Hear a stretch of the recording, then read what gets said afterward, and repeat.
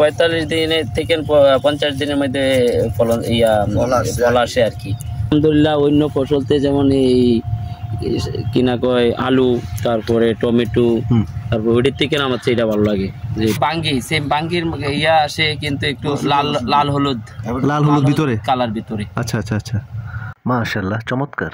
Mulching এর সুবিধা হলো আপনার রোগ বেলায় থেকে অনেকটা মুক্ত থাকে, তারপরে সারটা সেফ হয়, তারপরে যে আগাছা জন্মায় না, রসটা ধরে রাখে 100% জৈব লাগবে, জৈব ছাড়া হবে না, রেজাল্ট খুব ভালো।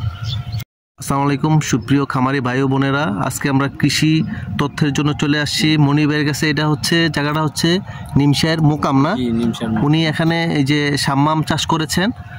তো কতদিনের ফসল এটা মনির ভাই? হলো আপনার 75 দিন, 70 থেকে 75 দিন। প্রায় মোটামুটি কেমন ফলন পাইছেন এটা? আলহামদুলিল্লাহ খুব ভালো ফলন। কতটুকু জায়গা করছিলেন এটা? আমার এখানে 10 শতক জমিতে না? এটা কি পাশাপাশি আপনি এটা মানে যে মাচা পদ্ধতি করছেন, পাশাপাশি আবার মিশ্র সমন্বিত সবজি হিসেবে করলা দিয়ে দিচ্ছেন না? করলাটা অলরেডি চলে আসছে, আর এই সাম্মাম প্রায় শেষের দিকে না? মোটামুটি আপনি এই সাম্মামের এই যে আইডিয়াটা এটা কোথা থেকে আপনি ইয়ে করলেন? আমি সৌদি আরব ছিলাম, সৌদি আরব আমি খাইছি ফলটা, খুব মিষ্টি, আমার তো খুব ভালো লাগে, এই জন্য আমি আছে না চাষ করছি। আপনি সৌদি আরব প্রবাসী না? জি জি, সৌদি আরব। তো কত বছর ধরে কৃষির সাথে আছেন? কৃষির সাথে আমি যে সৌদি আরব যাওয়ার আগে আমি কৃষি কাজ করছি অল্প, কিন্তু সৌদি আরবতে আইসা এমন একটা গরুর খামার দিয়ে তারপরে এই কৃষি চাষ নতুন করে কৃষিতে আসা আর কি। আচ্ছা, তো এখানে টোটাল এই যে ইয়াতে কতটুকু জায়গা আপনি করলা প্লাস টমেটো এইসব? এটা আমি এখানে 94% জমির মধ্যে করছি। 94% জমি না? তো 10% জমির মধ্যে আমি ট্রাই করলাম যে এটা হয় কিনা আমাদের। এটা কি প্রথমবার আমরা প্রথমবার করছেন না? জি, আমি প্রথমবার করছি। আচ্ছা আচ্ছা, তো কেমন ফলন হয়েছে আপনার কাছে, কি মনে হচ্ছে সামনের বার? আলহামদুলিল্লাহ অন্য ফসলতে যেমন এই কিনা কয় আলু, তারপরে টমেটো, তারপর ওইটার থেকে আমার এটা ভালো লাগে যে এটা রেজাল্ট খুব ভালো। মোটামুটি কত দিনে এটা ফলন চলে আসে? এটা আপনার 45 দিনে থেকে 50 দিনের মধ্যে ফলন ফল আসে আর কি। আর পরিপূর্ণ হইতে যা লাগে আপনার 65 থেকে 75 দিনের মধ্যে পরিপূর্ণ হয়ে যায়। 65 থেকে 75 দিনের মধ্যে না? এটা বাজারে চাহিদা কিরকম? এটা মিষ্টি কিরকম? মিষ্টিটা কি তরমুজ? এটা কি তরমুজ কালার না? ওই যে এটা হয় বাঙ্গি, সেম বাঙ্গির ইয়া আসে কিন্তু একটু লাল হলুদ ভিতরে, কালার ভিতরে। আচ্ছা আচ্ছা আচ্ছা।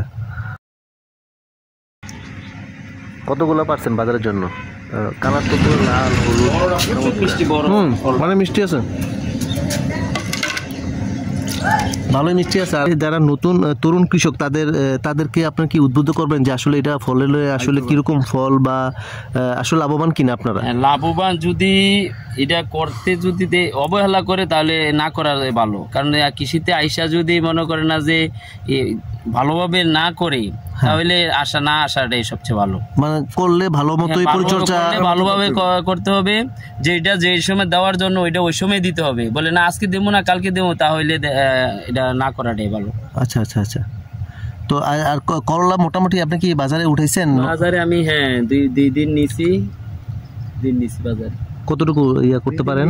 আমি এই তো শুরু মাত্র শুরু, এইটার জঙ্কাটা কাটতে গিয়ে এটা নতুন করে জাস্ট এই যে প্রথম 1-2টা কাটা দিবেন না? তো করলা এই যে সমন্বিত চাষ করতেছেন, এটাতে কিরকম আপনি আশা করতেছেন? করলা কিরকম ফলন? যেমন আমার সাম্মামে ইনশাআল্লাহ আমার পুঁজি আইসা গেছে, এটা আমার এই যে সাথী ফসল হিসাবে এটা যা আসে তাই পুরোটাই লাভ। মাশাআল্লাহ মাশাআল্লাহ। তো সাম্মামে আপনার মোটামুটি এই যে মাচা টাচা করা এই সব টোটাল খরচ, আবার আপনি তো এই যে মালচিং সিস্টেমে করছেন না? মালচিং এর সুবিধাটা আপনি কি মনে করতেছেন? মালচিং এর সুবিধা হলো আপনার রোগ বেলায় থেকে অনেকটা মুক্ত থাকে, তারপরে সারটা সেফ হয়, তারপরে যে আগাছা জন্মায় না, রসটা ধরে রাখে। অনেকেই প্রশ্ন করে যে ভাই মালচিং এ অনেক খরচ বেশি, এই বিষয়টা আসলে খরচটা আমরা প্রাথমিক যদিও প্রথমে লাগে, কিন্তু খরচটা আমরা পুষিয়া এলাই। যেমন আমরা আগাছা নিরান লাগলে লোক বারবার আমরা এই যে লেবার কষ্ট লাগলো, এটা খরচ আরো কম। আর আবার একই মালচিং এ তো আপনি একটার পর একটা ফসল চলতে আছে, মিনিমাম 3-4 বছর তো একটাতেই করা যায়। 4 বছর এই যাতে রাইকে একাধিক ফসল করা যাবে। দুইটা থেকে তিনটা দুইটা হয়, তিনটা করতে গেলে দেখা গেছে যে ছিড়া যায়, নষ্ট হয়ে যায়। আচ্ছা আচ্ছা, টেম্পার যায়। অন্য ফসলের মতন এই যেমন ভুট্টা হ্যাঁ লাগাইলাম, তারপর লাগাইলাম, এই সামান্য খরচ, কিন্তু এটা খরচ আছে, যেমন বীজের দাম অনেক।